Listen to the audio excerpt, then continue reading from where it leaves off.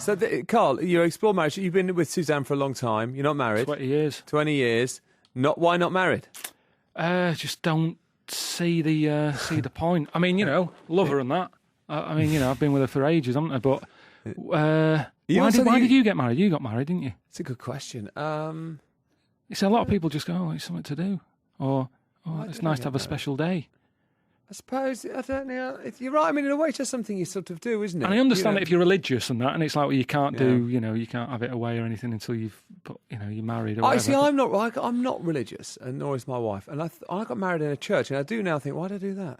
It's just because really a lot of things are just people go, that's what you do. That's what you do. That is the answer in a way. Because there's an episode on kids, and that's something else we haven't done, and you've done. Yeah. And I asked me that's part of it, I think, because we knew we were going to have kids, and I don't know, maybe we just thought... Does it matter? It's what our parents did. It seemed like a nice model for a family unit. I don't know if it does matter, no. Back when your mum and dad did it, it was sort of shameful to get divorced and everything, wasn't it? And relationships seem to last longer, whereas now people still do all that, but then there's no shame in knocking it on the head and leaving a kid without a mum or a dad, is there? It's partly that, when you fall in love, and we fell in love very quickly, it's partly it's quite exciting, isn't it, that you get to that point where you say, let's get married. And that's as much to do with it as anything else. Well, I think you're more sociable than me as well, though, because you send out a lot of texts, and I get them from you saying, I'm having a party, and I think, oh. I once had a party at my house because you don't live too far from me, and you came, you only told me this afterwards, you stood outside my house, you looked through the window. There was a lot of people. There's a lot. That's what a party is. No, and then you just went home again. Thanks for the invite and everything. Pleasure. But I'd prefer it if, I mean, do you just put that out on your Twitter thing? It's just like anyone welcome. No, of course because it not. makes it seem like it ruins it for me. When you friends send a text, I like who I find interesting, who are fun. And honestly, I'd like to chat with you, but when there's loads of other people there, I always feel like you never get anything out of it. People go out in big groups now, and I used to just sort of knock about with two, so you can have a proper chat in a pub. Whereas now you go somewhere, tables are massive, aren't they? It's all the sort of Wagamama's mentality where it's like the Last Supper, and it's not. You sort of leave the night thinking, I haven't found anything out about anyone. Yeah. Do you know what I mean? Yes, I do know. It can be like that. And sometimes I get to the end of a night, because I am very sociable, you do think, well, those conversations are all pointless. Sometimes you do get somewhere, though. You just gotta commit to it. I know. But I'm just, again, I'm over 40 now, and it's very hard to change your ways. And I have a select few of people who I see. And well, I'm going to keep inviting you until eventually you come in. Yeah. I'm going to show you another way. And you're also 40. I think it's one of the motivations for making this show. Not really. It's just something to hang it on. It's a line in the script, isn't it? Forget that. It makes no difference, does it? I think I was old when I was sort of... meanishless justifications for things, isn't it? I'm pretty sure I never said, I'm 40, I've got to look back at my life. I'm interested in looking at the topics I'm looking at, marriage and that, because, like I say, I haven't done it, and a lot of mates have, and kids, a lot of them say, that's what we're here for, and I sort of struggle to understand that, really. The view of being honest, rather than in the voiceover at the start of the Moaning of Life, which is on Sky on Sunday night, rather than say, I've turned 40 and I thought I'd look at some of the big questions in life, the more honest voiceover line would be, it's a job. The last few series I did worked pretty well, and Sky have offered me a load of money. So, but to be fair, I am looking at some big things in life that we all do and not even think about. And, in meeting people around the world, maybe it sometimes comes across like I'm not interested, but I am.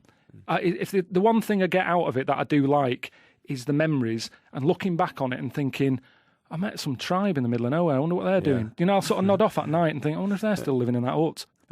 By the way, did you know that Michael Palin is a big fan of yours? This is Michael Palin speaking to 5 Live the other day. Here we go. I'm curious about the world. I love travelling. And I'm a sucker. I go to a new place. I just think this is wonderful. Hey, wherever it is, it's Manchester. Oh, let's all look at the old buildings here. But, I mean, that's the way I approach everything. So I don't like to be negative. And also I feel that you're doing a television series and people don't want to tune in and see you moaning about it, unless you do it really well like Karl Pilkington does, or someone like that. Do you like that?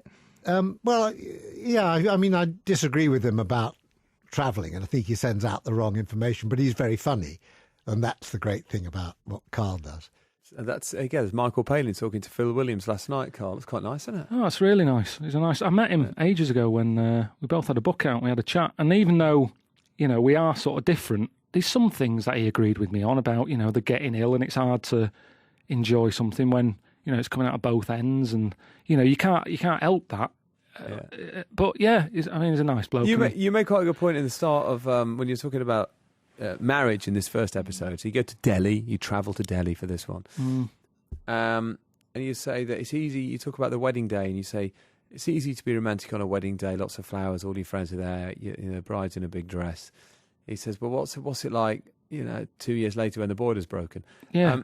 That is where so many films stop at that point. Oh, you never see it. I think I mentioned at the start of that, it's Cinderella, isn't it? It's all brilliant, when the shoe fits and, they're getting on, but they never did a Cinderella 2. So did it work out? Yeah. It's that sort of thing. Everybody can get on for a bit, but, in a way, you are going to have an argument in your relationship, aren't you? It's going to happen. It is, yeah. And I came up with like a dating idea where people just do that on the night. You have an argument and see if you can stand each other. That's quite a nice idea, when you're really getting sort of slagged off by someone. Now let's race through the moaning. So The Moaning of Life is a book as well by Karl Pilkington, and The Moaning of Life is on Sky One this Sunday. The Moaning of Life. John, we're going to calls. You're going to have to be quick today, so I can get through a few of you. John in Durham. Good afternoon. Hi Richard. Hi Carl. Hiya John. John, we're going to give you a score out of 10. What do you want to moan about? Yeah, modern art. Go. Good. Yeah, fire away. Tracy Ehrman, Banksy, Damon Hirst. Just what's that about? Like Tracy Ehrman. If she was my wife, I'd divorce her. She's lazy. She can't even be bothered to make the beds. And Banksy, he should be arrested. Why? What he's doing, graffiti on the walls. That's he should be arrested for that. Well, I imagine that's why none of us know who he is. I think that's probably the idea, isn't it? Carl, you got any sympathy with this? I get where he's coming from, but it's not really them, is it? It's all the idiots who are paying the money. You can't have a go at them. Honestly, I need my front wall pulling down because it's leaning, right? No one will do it. I've been on to the council, I speak to people. If I ain't got Banksy to paint on that, someone would come along and take it down for me because they'd nick it, wouldn't they? Yeah. That's what I should do. That's what Banksy should get involved with, sort of getting stuff knocked down and removed. If there's like an old mattress left on a corner street somewhere, get Banksy to paint on it. Get Damien to draw a shark on it. Definitely. It'll be worth 300 grand. Yeah. John, just very quickly, Carl has made a really intelligent point, actually, which is whether or not you think their art is any good isn't really the point. They are being paid lots of money to do it. Who wouldn't? Who wouldn't want to draw a shark and be paid £300,000 for it? You can't blame them for that. Richard, I used to work in a chemical factory. I had access to formaldehyde. I could have got massive barrels of the stuff. Bought a big fish from Asda, stuck it in a bath, and I'd be a millionaire now. It's not art. It's pointless. It's a waste of time. I know what it means. As Carl says, the fools that buy it are just stupid. Yeah, I don't. I actually do quite like a lot of that art, but I see the point. Would you buy it? Though? Would you actually buy it? Well, I have done in the past. So yeah. Have you? Yeah. What sort of price have you paid for a bit of art?